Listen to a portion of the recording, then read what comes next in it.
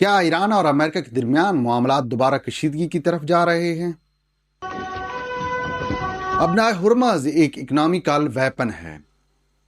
صدر ٹرمپ کا کہنا ہے کہ انہیں کسی صورت بھی بلیک میل نہیں کیا جا سکتا ہے۔ They can't blackmail. ابھی کل ہی کی بات ہے کہ ایران کی جانب سے ابنائے ہرمز کو کھولنے کا اعلان کیا گیا۔ اس اعلان کے سامنے آتے ہی پوری دنیا میں ایک خوشی کی لہر دوڑ گئی۔ عالمی منڈی میں تیل کی قیمتیں کم ہو گئیں اور انٹرنیشنل میڈیا کہنے لگا کہ مڈل ایسٹ کے اندر ایک نئے امن کے دور کا آغاز ہونے جا رہا ہے۔ کیا یہ ایک آنکھ مچولی ہے یا پس پردہ کچھ اور حقائق ہیں؟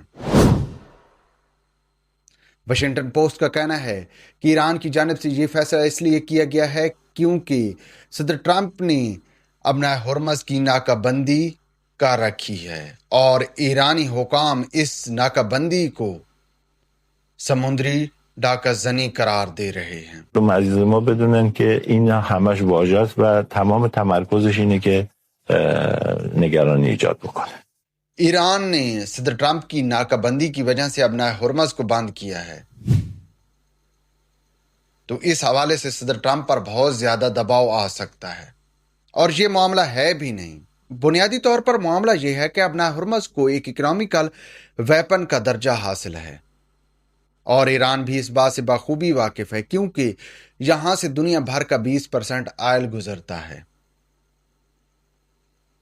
اور ایک امریکن اخبار کے مطابق اگر ایران کی جانب سے چند ہفتے مکمل طور پر ابنائے ہرمز کو بند کر دیا جائے تو یورپ کے اندر توانائی کی شدید قلت پیدا ہو جائے گی۔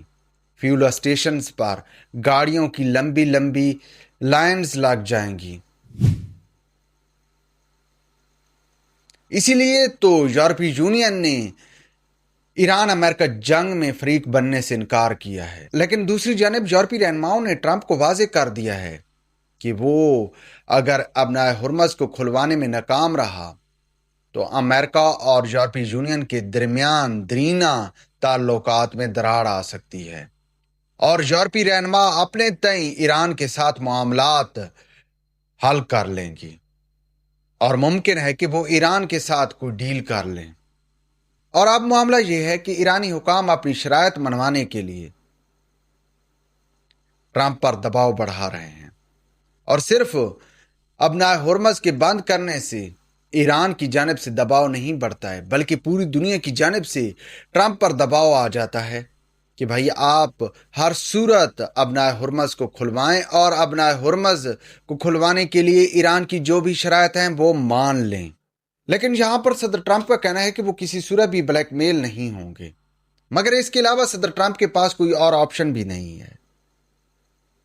ہاں، صدر ٹرمپ یہ ضرور کہتا ہوا نظر آ رہا ہے کہ وہ ایران کو پتھر کے دور میں پہنچا دے گا، لیکن بھائی رکیے، اس سے پہلے ویتنام جنگ میں بھی ایک امریکن صدر ویتنام کو بھی یہی کہتا ہوا نظر آیا تھا۔ مگر جہاں تک ایران اور امریکہ کے درمیان مذاکرات کی بات ہے تو ایران اور امریکہ کے درمیان اس وقت بھی مذاکرات جاری و ساری ہیں اور بیک ڈور رابطے موجود ہیں۔ بنیادی طور پر معاملہ یہ ہے کہ ایران امریکہ سے اپنی شرائط تسلیم کروانے کے لیے، اور پہلی شرط یہی ہے کہ ایران کے منجمد کیے گئے اثاثے بحال کیے جائیں، اور جب ایران کی جانب سے امریکہ کے سامنے رکھی گئی شرط کو امریکہ نے تسلیم نہیں کیا تو ایران نے ابنائے ہرمز کو بند کر دیا۔